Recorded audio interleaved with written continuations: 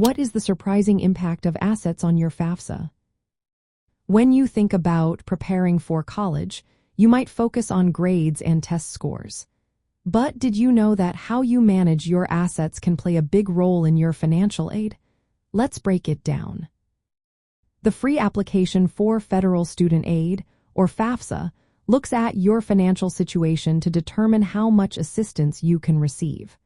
One key factor in this process is your student aid index, or SI. The higher your SI, the less financial aid you may qualify for. Now let's talk about assets. Assets include cash, savings, investments, and certain real estate. However, not all assets are treated the same way on the FAFSA. For example, if the student owns assets, they have a bigger impact on aid eligibility than if the parents own those assets. Typically, 20% of the student's assets are considered available for college expenses, while only about 5.64% of parent assets are counted. This means that saving money in the student's name can hurt aid eligibility more than saving in the parent's name. Retirement accounts like 401(k) plans and individual retirement accounts are not counted as assets on the FAFSA. However, if you withdraw money from these accounts, that amount is considered untaxed income. Since income is weighted more heavily than assets in the FAFSA formula, this can reduce your aid eligibility. Another interesting point is how home equity is treated. The equity in your primary home does not count as an asset on the FAFSA.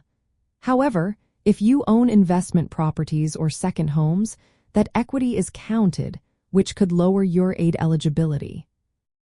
If you have a 529 college savings plan owned by grandparents, it is not reported as an asset on the FAFSA.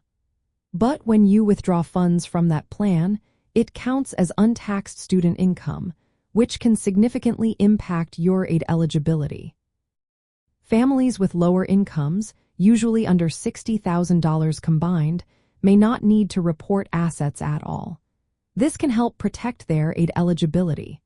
Additionally, families receiving certain federal benefits may also be exempt from reporting assets. So, how can you position your assets to maximize financial aid?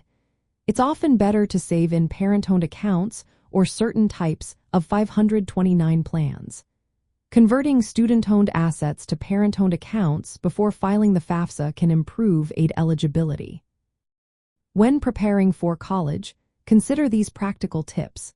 Save in parent-owned 529 plans or custodial accounts, avoid holding large amounts of cash in the student's name, and be cautious about withdrawing from retirement accounts. Understanding how these factors work can help you manage your college savings effectively and maximize your financial aid opportunities.